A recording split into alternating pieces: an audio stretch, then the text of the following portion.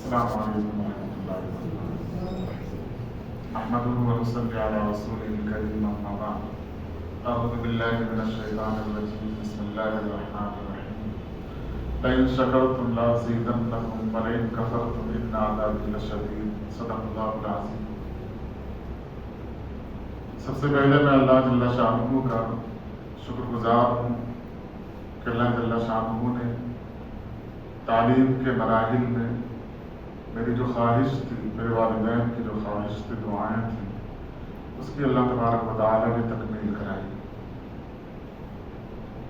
ان کے ساتھ، والدین کے ساتھ، میں اس محلے، پورے محلے والوں کا شکر گزار ہوں۔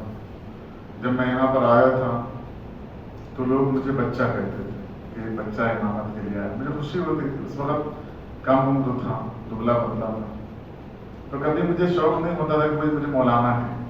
یہاں تک کہ جو مؤذن صاحب تھے، افضل صاحب، بیچارے مرحوم ہو گئے، اللہ تعالیٰ انہیں جنت عطا کی، تو وہ بھی مجھے بولتے تھے کہ ایک چھوٹا سا بچہ ہے امامت کرنے کے لیے، اور ایک دم بچے کی طرح پوری کالونی والوں نے میرے ساتھ معاملہ کیا۔ جو مجھ سے عمر میں تھوڑا زیادہ تھے انہوں نے بھائی کا مقام دیا، جو ان سے زیادہ تھے انہوں نے اولاد کی طرح مجھے جانا۔ ایسا محسوس ہی نہیں ہوتا تھا کہ میں گھر سے یہاں آیا۔ جب میں ٹولی چوکی آیا، حیدرآباد تو پہلے ہی آنا ہو گیا تھا، میرے والد صاحب کافی عرصے سے رہتے ہیں، لیکن ٹولی چوکی ایک اجنبی جگہ میرے لیے تھی۔ پہلے دن آ کے میں جب اوپر سویا تو ایسا محسوس نہیں ہوتا تھا میں کچھ دن رہ جاؤں گا، لیکن جو محبتیں مجھے ملی ان محبتوں نے مجھے یہاں روکا، اور آج مجھے محسوس نہیں ہوتا کہ میں گھر میں نہیں ہوں۔ جیسے میں تو یو پی سے تعلق رکھتا ہوں، 4 سال کا عرصہ ہو گیا میں گھر نہیں گیا، لیکن کبھی مجھے محسوس ہی نہیں ہوا کہ میں اپنے گھر سے دور ہوں۔ میرے والد صاحب گئے، میری فیملی گئی، بہت محبت ملی، اور محلے کا کوئی ایسا فرد نہیں ہوگا جو یہاں باحیات ہیں، اور بہت سے لوگ اللہ تبارک و تعالیٰ کو پیارے ہو گئے۔ ہر شخص نے میرے لیے محنت کیا ہے، اور میں جب کوئی مجھے نصیحت کرتا ہے، مجھے کوئی پوچھتا ہے، تو ایسا محسوس ہوتا ہے کہ کوئی 2 دن مجھ سے کوئی بات نہ کرے، 1 دن 2 بات نہ کرے، تو ایسا محسوس ہوتا ہے گھر کا کوئی فرد مجھ سے ناراض ہے۔ اتنی محبت ملی، تو ان محبتوں کا میں تذکرہ نہیں کر سکتا، الفاظ نہیں ہیں میرے پاس۔ میں نے عالمیت تو کر لیا تھا، حفظ کر لیا تھا، کوئی سوچ نہیں تھی کہ اب میں کچھ آگے بڑھوں گا، امامت کے لیے چلا ہے۔ جس دن میں فراغت حاصل کیا دارالعلوم دیوبند سے، بڑی ڈگری ملی، کیا سوچ تھی کہ میں کچھ بھی کر سکتا ہوں۔ یہاں آیا، بولنے کے لیے مجھے کھڑا کیا گیا تو تقریر نہیں کر سکتا تھا، بول ہی نہیں پاتا تھا۔ الفاظ بہت تھے، حدیثیں، قرآن کی آیتیں، تراجم بہت تھے، لیکن وہ روبرو جس قوم سے ہوا ہوں، جن لوگوں سے، ان سے کبھی روبرو نہیں ہوا تھا۔ اپنے دوستوں کے ساتھ، مدرسے میں اپنے ساتھیوں کے ساتھ، اساتذہ کے ساتھ، بالکل ایک دم معاملہ بدل گیا۔ میں بول رہا ہوں، زبان بالکل گم ہو جا رہی ہے، لیکن محلے والوں نے اتنا ساتھ دیا، کمیٹی والوں نے، محلے والوں نے ایک ایک لمحے میں مجھے سکھایا کہ بولا کیسے جاتا، عوام سے کیسے گفتگو کی جاتی ہے۔ محلے سے نکال کر مجھے باہر لے کر گئے، شادی خانوں میں لے جا کے بیان کروایا کہ کس طریقے سے روبرو ہوا جاتا ہے، کیسے گفتگو کی جاتی ہے۔ پھر میں نے سوچا یہ تعلیم جہاں پہ میں جو حاصل کر کے آیا ہوں، بڑی اعلیٰ تعلیم ہے، عالمیت، فضیلت، بخاری شریف تک کی تعلیم حاصل کر لیا ہوں، لیکن جو رجحانات ہیں مسلمانوں کے، وہ رجحانات یہیں پر بس نہیں ہوتے، یا قرآن کا جو دعویٰ ہے، قرآن کا دعویٰ یہیں پر بس نہیں ہوتا۔ تو میں ڈگری میں ایڈمیشن لینا چاہا، لیکن 5 وقت کی امامت کے ساتھ کوئی ڈگری کرے ناممکن تھا۔ میں نے انصاری صاحب سے بات کیا، انصاری صاحب اور ڈاکٹر حسین خان صاحب مجھے ہمیشہ بولتے تھے میں بڑا بھائی ہوں، تو کبھی ایسا نہیں ہوا کہ وہ لفظ رہا، وہ لفظ بالکل سانچے میں ڈھلا ہوا رہتا تھا۔ اگر میں مایوس ہوں تو فوراً پوچھتے تھے کیا بات ہے، کوئی پریشانی ہے؟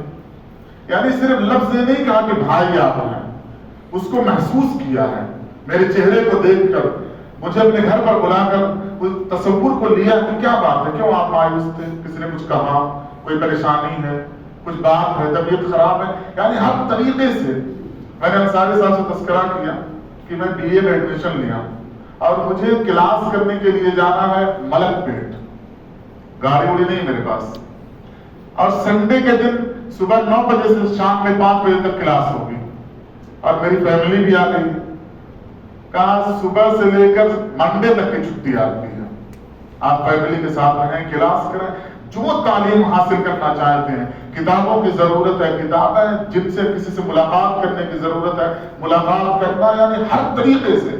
میری فیملی چلی گئی تو محلے والوں نے کھانے کا انتظام کیا، رمضان آیا سحری کا انتظام، یعنی کبھی مجھے ایسا محسوس نہیں ہوا کہ میرے بچے میرے ساتھ نہیں ہیں، میں کیا کروں گا، کبھی محسوس نہیں ہوا۔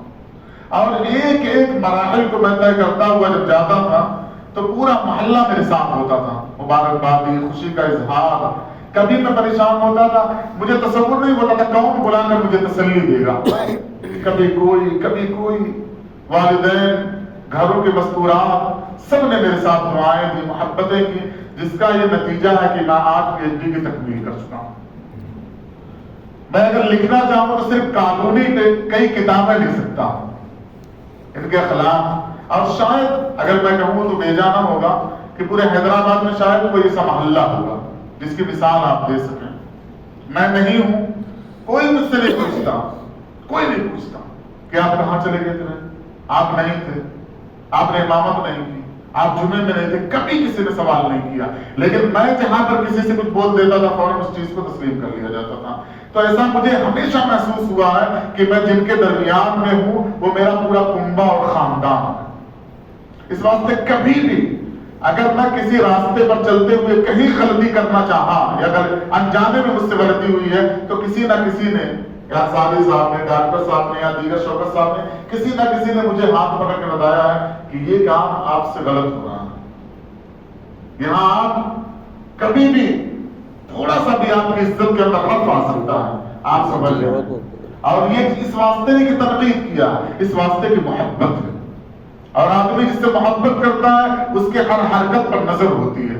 میں نے سنا تھا اپنے استاد سے، میں جہاں سے تعلق رکھتا ہوں، وہاں پر جو کاروبار ہوتا تھا، اس کاروبار میں جو کپڑا بنایا جاتا ہے، اس کپڑے میں دھاگا جو بنایا جاتا ہے، اس کا کاروبار ہوتا تھا۔ تو میرے استاد نے بتایا کہ جب کپڑا بنایا جاتا ہے تو تاگے ٹوٹ جاتے ہیں، تو 2 تاگا ہوتا ہے، ایک سیدھا آتا ہے، ایک سائڈ سے آتا ہے۔ جو سیدھا تاگا آتا ہے اگر وہ ٹوٹ گیا تو بہت دور تک کپڑا خراب ہو جاتا ہے، تو انہوں نے بتایا اس کو گیٹھی ماری جاتی ہے، پھر جو کپڑا بناتا ہے اسی گیٹھی پہ وہ نظر رکھتا کہ اگر پھر یہ ٹوٹا تو پورا کپڑا برباد ہو جائے گا۔ تو میرے استاد نے بتایا جب بندہ گناہ کرتا ہے، غلطی کرتا ہے، اور جب اللہ کی طرف رجوع کرتا ہے تو اللہ پوری کائنات سے ہٹ کے اسی کی طرف نگاہ کیے رہتے کہ پھر کہیں نہ یہ غلطی کر جائے۔ تو پوری میری کالونی جو ہے، راہل کالونی، اگر کبھی میں نے غلطی کی تو پوری کالونی نگاہ کی رہتی پھر نہ غلطی ہو جائے۔ یہ محبت ہے، اور اس محبت کا کوئی بدل یا اس کا کوئی معاوضہ یا کوئی شکر میرے پاس نہیں۔ اللہ تبارک و تعالیٰ نے اس کا شکریہ، اس کا بدل دیں گے۔ PhD میں ایڈمیشن ہوا، انصاری صاحب نے مسجد کے اندر کھڑے ہو کر اعلان کیا، مجھے محسوس ہوا اسی دن کہ مجھے ڈگری مل گئی۔ ایسا کون کرتا جو محبت کرنے والے ہیں؟ لیکن یہ جو حرکت ہے، یہ جو کام ہے، یہ پورے حیدرآباد اور پورے ہندوستان کے اندر عام ہونا چاہیے۔ لوگ بہت سیکھنا چاہتے ہیں، سیکھنے کے مواقع نہیں ہیں ان کے پاس۔ بعض لوگ مایوس ہو کر، بعض لوگ لوگوں کے تان اور طنز کی بنیاد پر، لوگ پریشانیوں کی وجہ سے، اگر ان پریشانیوں کے حل کو تلاش کر لیا جائے، پریشانیوں کے ختم کرنے کی کوشش کر دی جائے، تو آپ کو ایک جو آپ یہ کہہ رہے ہیں کہ محلے کے اندر 2 PhD ہولڈر ہیں، ایک ڈاکٹر آصف صاحب، ایک میرا نام آپ نے لیا، تو آپ کو نام اتنا لینا پڑے گا کہ گنتی نہیں آپ کو نظر آئے گی۔ بس وہ مواقع آپ پیدا کریں۔ بعض اوقات کیا ہوتا ہے، جس عمر کے اندر میں نے یہ تعلیم، عصری تعلیم حاصل کرنا شروع کیا ہے، وہ میرا ایک بیٹا ہے پیدا ہو چکا تھا، یعنی بیٹے کی پیدائش کے بعد گھر کی پوری ذمہ داری، والد صاحب بزنس کرتے تھے، میں نے بزنس ختم کروایا، کہا کہ نہیں، میرے والد صاحب حافظ بھی ہیں، آپ نے مجھے بہت پڑھا لیا، میں جو بھی ہو سکتا ہے میں خدمت کروں گا۔ تو پوری ذمہ داری میرے اوپر، اور اس کے ساتھ میرا خیال ہے کہ PhD کی ڈگری تک مجھے جانا ہے، جہاں تک اللہ تبارک و تعالیٰ لے کر جائیں گے۔ تو کیا پریشانیاں ہوئی؟ آپ میرے والد صاحب سے پوچھیں گے ایک حرف نہیں بتا پائیں گے. آپ میرے اہلیہ سے پوچھ لیں کوئی بھی جا کے ایک حرف نہیں بتا پائے کیا پریشانی ہوئی.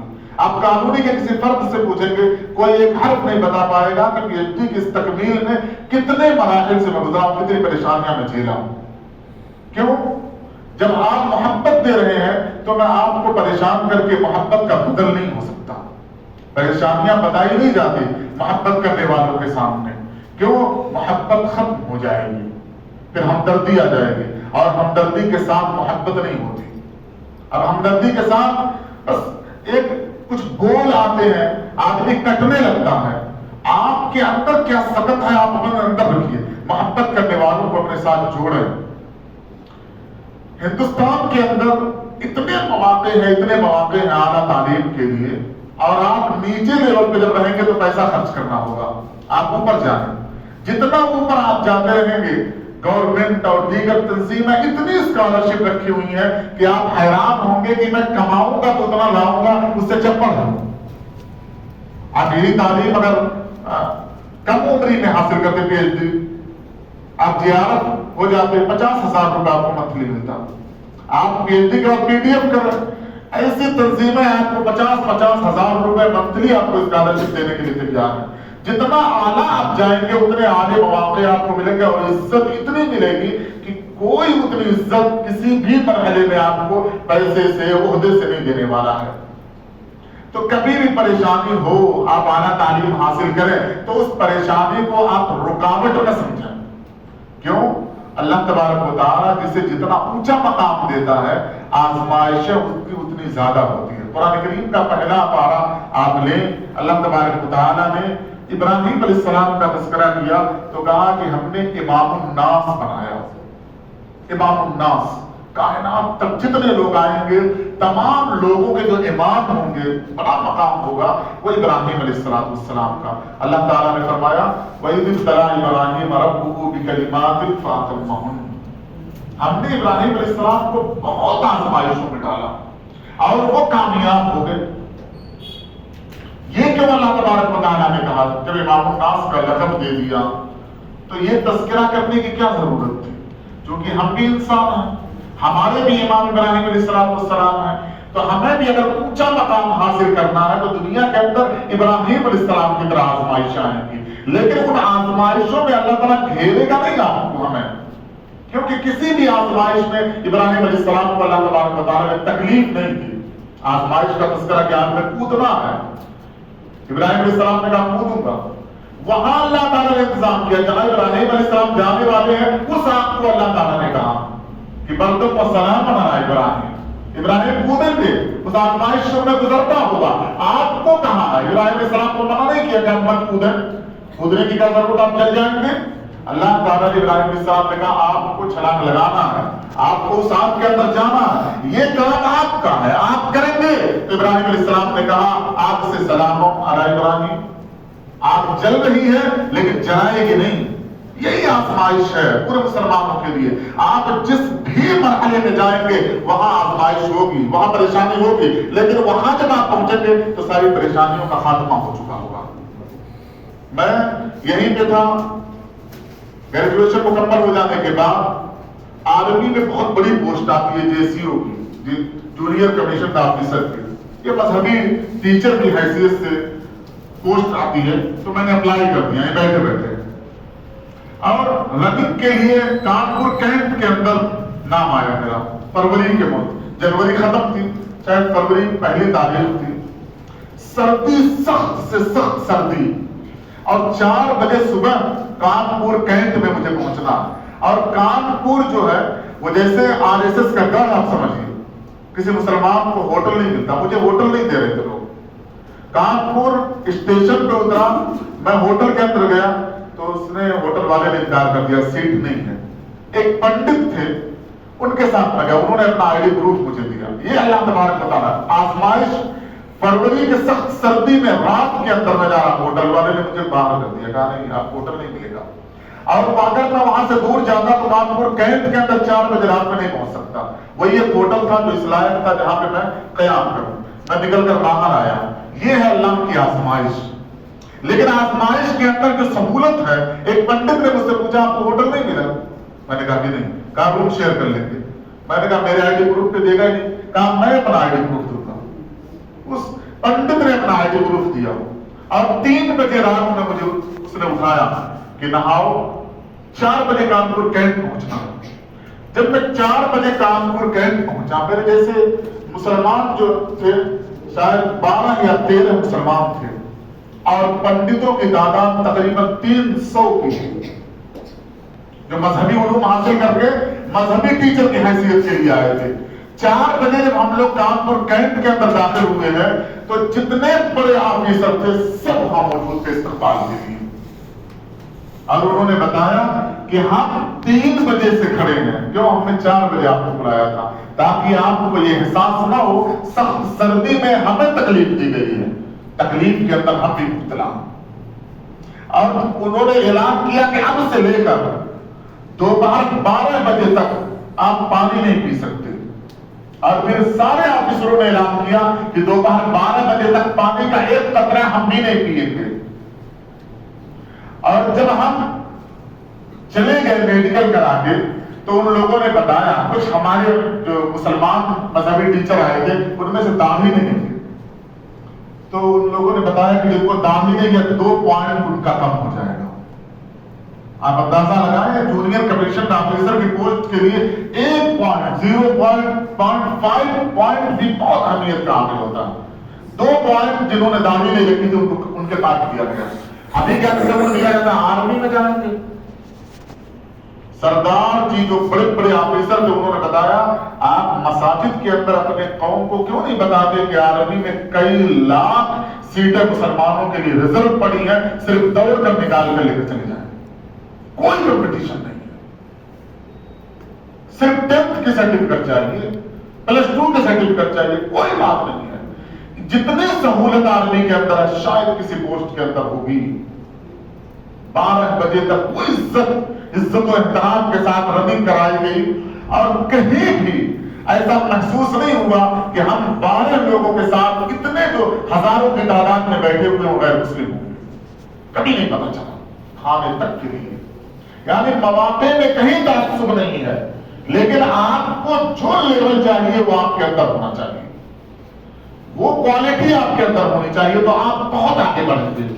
تو بے شمار چیزیں ہیں جو ان مراحل کے اندر سے جن سے میں گزر گیا. بس آپ اگر گزرنا چاہتے ہیں تو کانٹے نہ دیکھیں، آپ اپنے عزائم کو اتنا مضبوط کریں کہ پیر کے اندر کانٹا چبھے گا نہیں، دکھ رہا ہے. آپ کانٹے کے اوپر پیر رکھیں، ایسا آپ کو محسوس نہیں ہوگا کہ کانٹا چبھا، آپ آگے چلے جائیں. بے شمار مواقع آپ کے لیے ہیں. بس ایک آخری بات کہ ہم اور آپ اپنی اولاد سے اگر محبت کرتے ہیں تو محبت کا یہ تقاضا ہے کہ اپنے سے کہیں اعلیٰ میدان میں اس کو لے کر جائیں. اگر آپ انجینئر ہیں تو آپ انجینئر پر بس نہ کریں، اپنی اولاد کو آگے لے کر جائیں تو آپ کامیاب مانے جائیں گے. میرے والد صاحب حافظ ہیں. کبھی میرے والد صاحب نے، ہم 4 بھائی تھے، ایک بھائی انتقال کر کے بڑے بھائی، کبھی صرف حفظ پر بس نہیں کیا تھا. کمانے کے لیے باہر نکلے، میری والدہ ہمیشہ پیچھے لگے رہتی تھی کہ نہیں پڑھنا ہے. کتنا پڑھنا ہے؟ کم سے کم عالم بننا ہے. کیوں؟ کیونکہ والد صاحب کی نصیحت تھی میں حافظ ہوں تو